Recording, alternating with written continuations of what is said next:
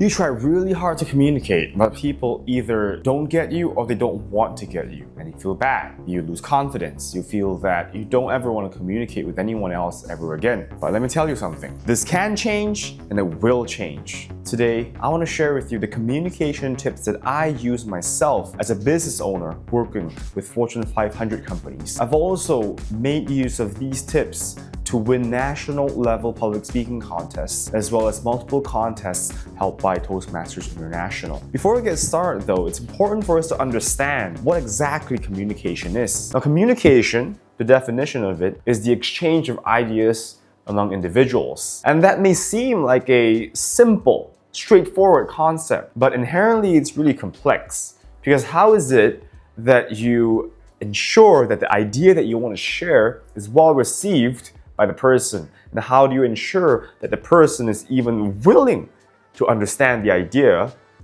that you would like to share?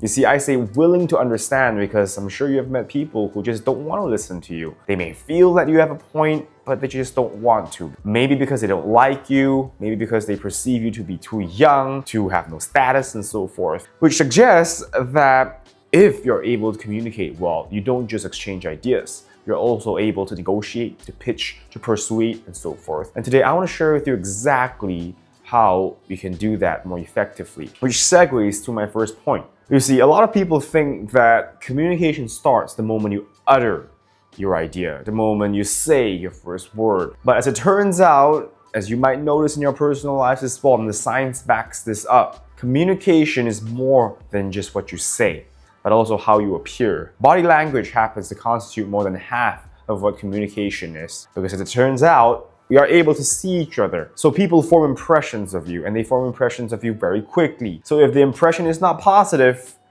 you're not going to be able to be in a good position to communicate your idea, let alone negotiate and persuade. Which leads to my point that the first tip is you want to make sure that you're fit. And again, this may sound completely unrelated, but if you're fit, you're going to be more physically attractive. There's a lot of research to show that you're more attracted, obviously, to people who are more physically attractive. And being fit is one of the ways to do that. If you're fit, you look good, you feel good.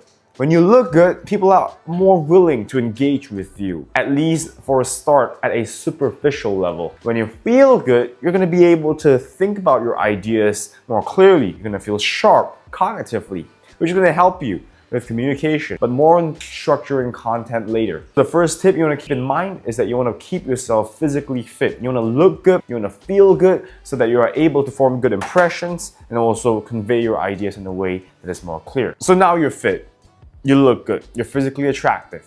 People are able to form good impressions of you. The next thing you want to do is to make sure that what you say, the content that you convey to your interlocutors, are of value. Because as it turns out, if people spend time with you and they realize all you are is a physically attractive person with no substance, then you're not going to sound really smart and people are not going to respect you too much. From my experience working with thousands of employees from Fortune 500 and top 1% companies, what people are most afraid of is perceived incompetence. So if you're going to say something stupid, you're going to be perceived as incompetent, and you want to make sure that we absolutely avoid that. So the second tip really is to make sure that you read as widely as possible.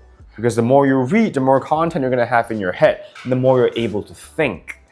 Because you have information to play with. And as Dr. Karl Popper would say, the reason we learn to think is so that we do not die, or rather our ideas die in our stead. And this may sound too abstract. It's kind of like, how would I die if I don't think? Well, as it turns out, you would. We have worked with mining companies, for example, where team members have to make really calculated decisions and work really meticulously, because every wrong move that you make will be fatal. People may die in mining sites. Or you may cost the company and people millions of dollars, which to many would be equivalent to dying. So the third tip is really the structure. You have all this information. How do you structure them in a way so that you're able to communicate in a way that's coherent and clear, so that people understand you and you're able to actually provide value to the person? If you're able to do that, obviously people will want to listen to you and would be highly likely to be persuaded by you. The structure I want to share is called the PEA model.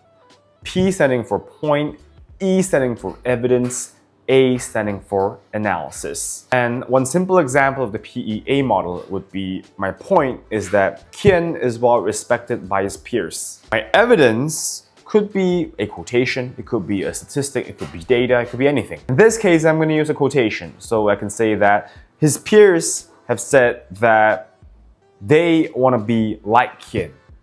So I want to make sure that my evidence is actually able to support my point. The evidence is right now a quotation by a peer that I would like to be like Kian. The analysis would be an explanation of how that piece of evidence supports your point. So an example of that could be something like, we tend to want to be like someone that we respect. If we do not respect a person, we would not want to emulate them. Right now, these peers want to emulate Kian. Therefore, Kian is well respected by his peers. So if I were to put it in proper sentence, it would be, Kian is highly respected by his peers. The reason I believe that is because his peers have said that they want to emulate him. We would only tend to emulate people that we respect. Therefore, Kian is well respected by his peers. Another simple example using numerical figures would be something like, Kian is taller than John.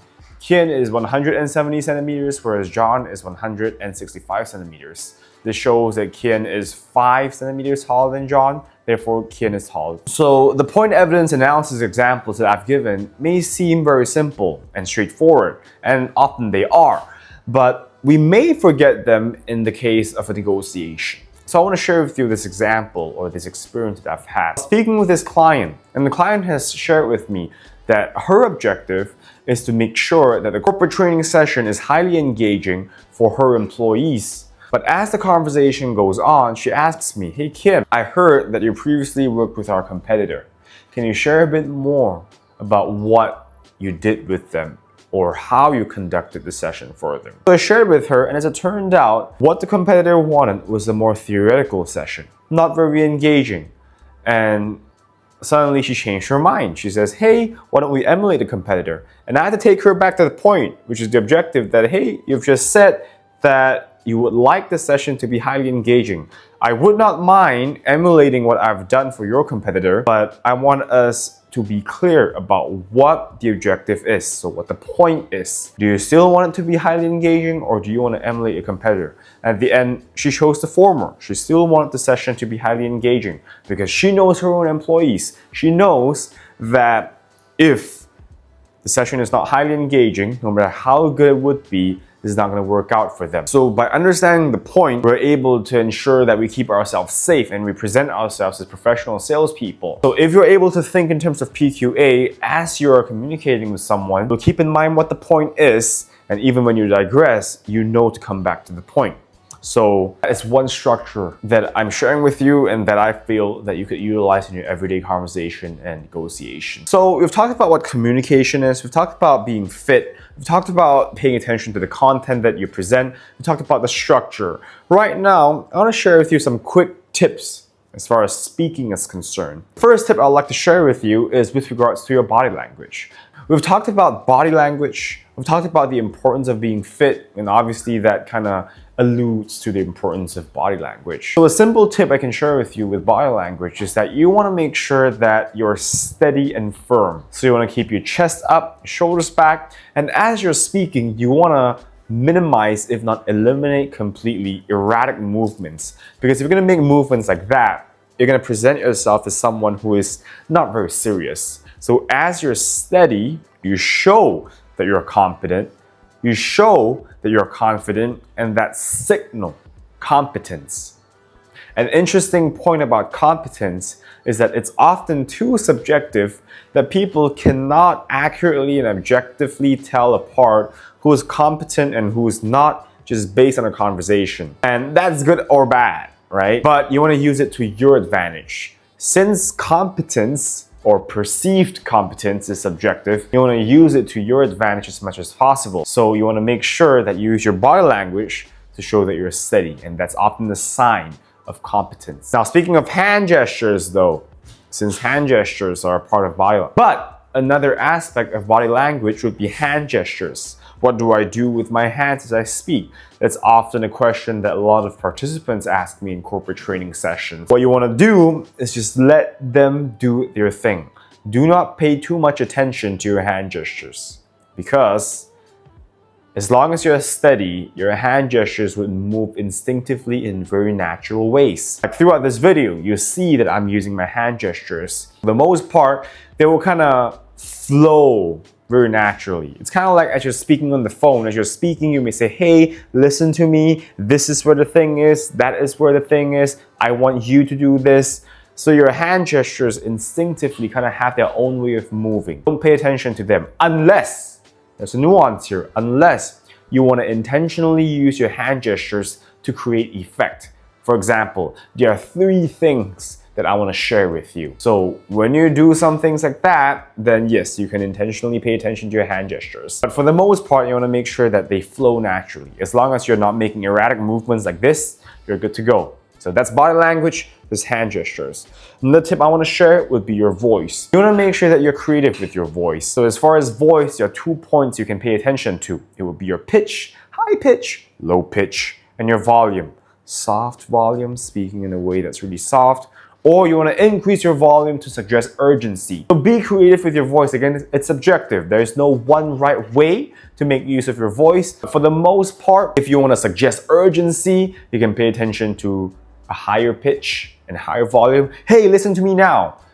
And if you want to create a serious atmosphere, you can lower down your pitch and maintain a medium volume. That often helps to convey seriousness, as I'm doing right now. But actually, as I think about it, there are 3 things, right? The third component would be speed. How quickly you speak or how slowly you speak. So pay attention to pitch, volume, and speed. The final tip I can share with you as far as communication is concerned is to slow down.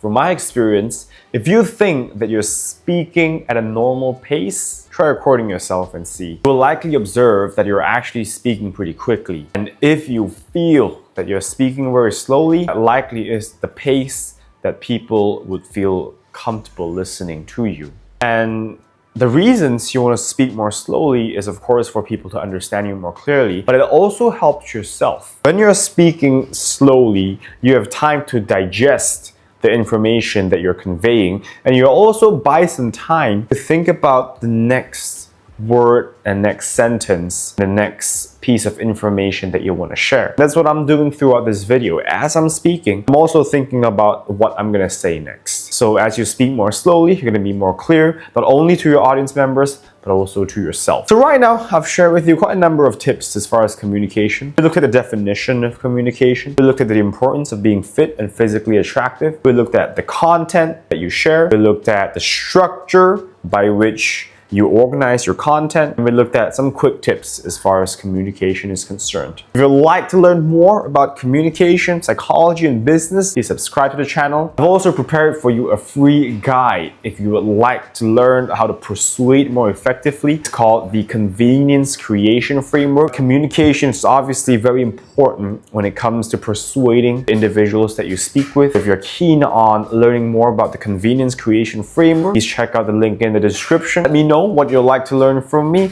I would love to hear from you as well, and stick around for more videos.